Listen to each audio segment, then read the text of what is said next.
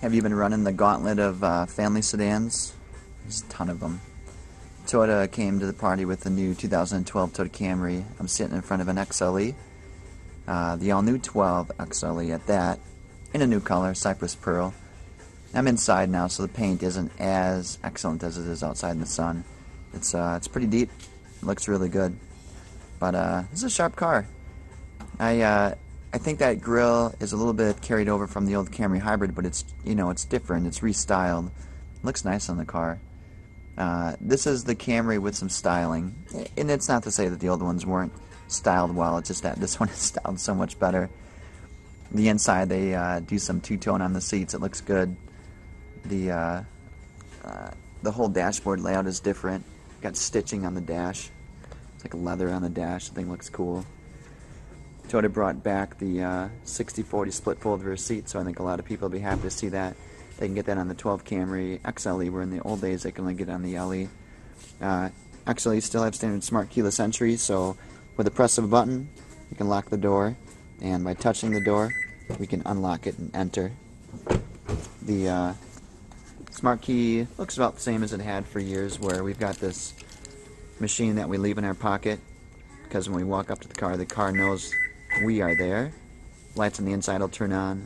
You really don't have to push that button, but I'm going to show you the back. What's going on in there?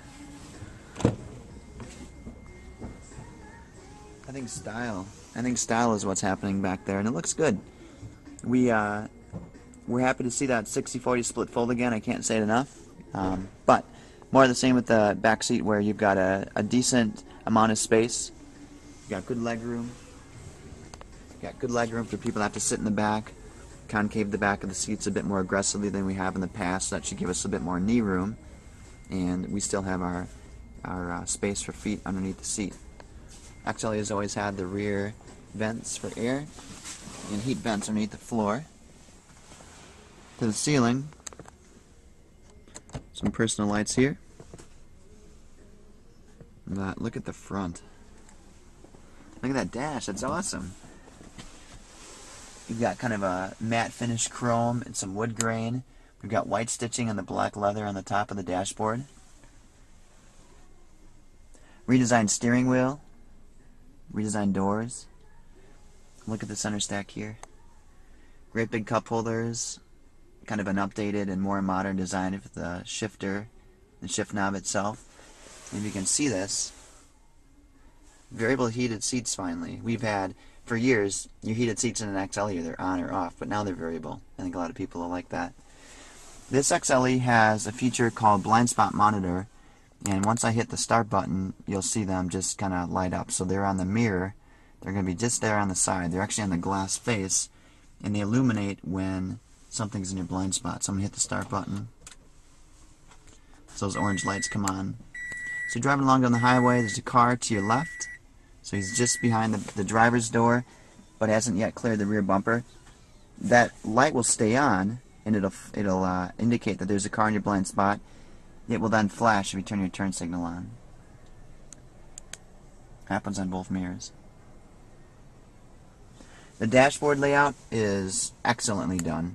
We'll find tachometer, we'll find the engine temperature gauge in that LCD there, outside temperature and shift reference, speedometer, fuel gauge, and then we'll have instant and running average fuel economy as a gauge on the right side. The instant fuel economy are LEDs that climb up the side of that gauge on the bottom right. And then that little screen there in the center, average MPG, shows us a numerical readout of what the fuel economy actually is. On the dashboard left, there's the button to activate or deactivate the blind spot monitor. The traction control is there as well. Headlight controls and wipers in their typical Toyota locations. Same with cruise. But this bad boy is pretty nice. In the old days, we could only control volume and station presets, but now I've got a lot more control over the whole nav system. I have the same mode button that will toggle the modes: AM, FM, XM, CD player, USB port for an iPod, but I can actually toggle through my presets with the four buttons there.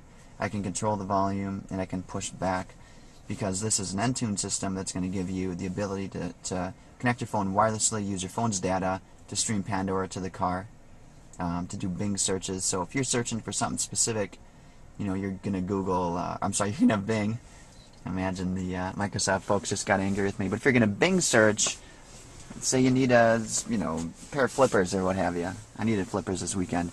Search it, find it, and have it integrate right into your navigation. And that'll all come with the Entune, and this actually has that system installed on it. Bluetooth controls a little bit bigger. I think they'll be a little bit easier for people to get through simply because they are bigger and they're in a better location. Previously they were here on the spoke, but now putting them up here makes a lot more sense. This button would end an incoming call or end a current phone call. This will answer an incoming call or activate the system. Talk switch, we can talk to the nav, give it voice commands including address, points of interest, and phone commands. Great job with Toyota in the Entune infotainment. So not only do we have XM radio, but we now can offer HD radio. In HD, Z104 is a HD source. It's interesting, when you first tune it in, it may not be the HD signal for 2 seconds, and then it'll kick in. The HD indicator comes on, and you can actually tell the difference. It's just a little bit better sound quality. I think it's better than XM. I'm not sure what the real data is, but it sounds really nice. So it's no charge. It's built into the car. There's no monthly or yearly subscription fee. You just use it. And while we're there, look at how much simpler the audio controls are. There's just a great big audio button. There's not 7 buttons that used to exist on the left side. They're just audio. Seeking radio stations or tracks on a CD. And below it, you can see that's new JBL high-end stereo. It's 10 speakers. The Green Edge technology is a little bit less energy use, but man, the stereo sounds great. It's a nice change from the last model year Camry. This guy obviously is all touchscreen, but I can do all that business from the steering wheel as well, so I can get through my presets. I can change my presets, and you can see that I can toggle through them before I commit to it. So I can just zip through them, hit the center button, and activate it. The phone button's very simple to get to. We just hit it. Comes up, there's no phone connected. Do we want to connect a phone? We'll do that later, but yeah, absolutely we would. Connect that phone for data, for the Entune system, and we connect it for Bluetooth streaming audio. For example, if you have an iPhone, you can play your music wirelessly. If you have a normal phone with Bluetooth, connect it and make your phone calls hands-free. Kind of interesting, we have a little fuel consumption information on the screen. We'll also get a little tire pressure information. We can see where our pressures lie. It's kind of nice.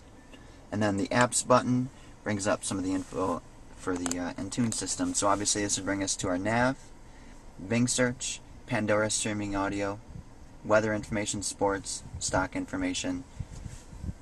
We can find fuel prices, see traffic data from for the map, for the navigation, and eventually there's a little email button there. You're able to put pictures up there, and get calendars synced to the car as well. So this is a huge step in the correct direction for the new infotainment systems. I'm going to back you up to the apps button and show you the nav real quick. Yep, I'll be safe. Thank you. Kind of cool. This lets us see the nav in 2 different ways. We can see, the typical sky view where it's 2-dimensional. We're looking down. But we can also change that to a new 3D kind of appearance. I think that takes some getting used to, but it's pretty cool because we can really see. I'll wait till you see it. You can better understand, what's back there. If we were to cross High Crossing Boulevard, what's back there? And you can see the street names are lighting up. They're kind of staying dim unless we're real close to it. Then they pop right up. And you can see the traditional kind of points of interest for businesses and that sort of thing. There's a backup camera with this guy as well. When we shift him into reverse, we'll see what's behind us, and it'll give you the 2 lines so you can see where the car is going to end up if you continue straight or on your path. There's also going to be a red line there so you know you're about 9 inches from banging the car into something. Moving on, let's talk about temperature control.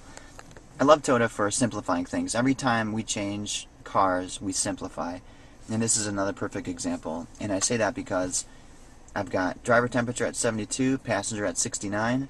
I can see the information here, and if I make a change, I'll also see it up top on the nav screen. When the car is running in auto, it controls the fan speed and the vents on its own, but I can manually change those down here. And it's a really nice backlit system. It's looks like some LED backlighting back there. It's not obtrusive, it's not bright, it's perfect. Twist the knobs here to change our temperature.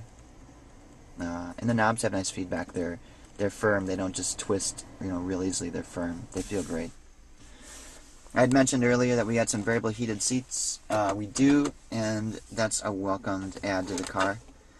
We have that kind of door that we've had in Camry in years, and inside there we should find a USB port and a 12-volt power outlet. It's going to be hard for you to see. Glove box a little different. She pops down. It's big. There's a great big owner's manual in there now, but nice way to pop that down. Comes down real soft and looks good. And moving back a little bit, XLE still has its sliding center console, so we can move that armrest up a little bit, make it more comfortable for you to sit in. And it pops open. Got a good amount of storage there. And like we've had for years in Camry, a little cell phone storage there with a 12-volt power outlet. Another great job on the change of this car. Did a wonderful job. Just sit you back a little bit and get you a look around.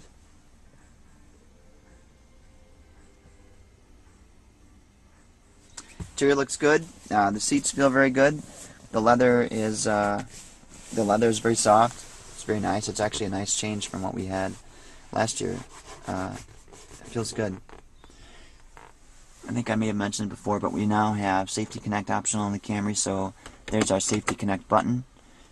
This will give us alerts. It'll alert a call center if we crash the car, if airbags deploy, but we can also call in an emergency that we see on the highway, and we can dispatch roadside assistance to the car. So if you have a flat tire and need somebody to change it, the Safety Connect comes with 1-year subscription, so call it in. They'll send a truck, help you out.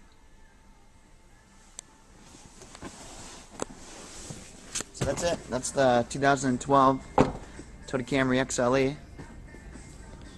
Very nice looking car.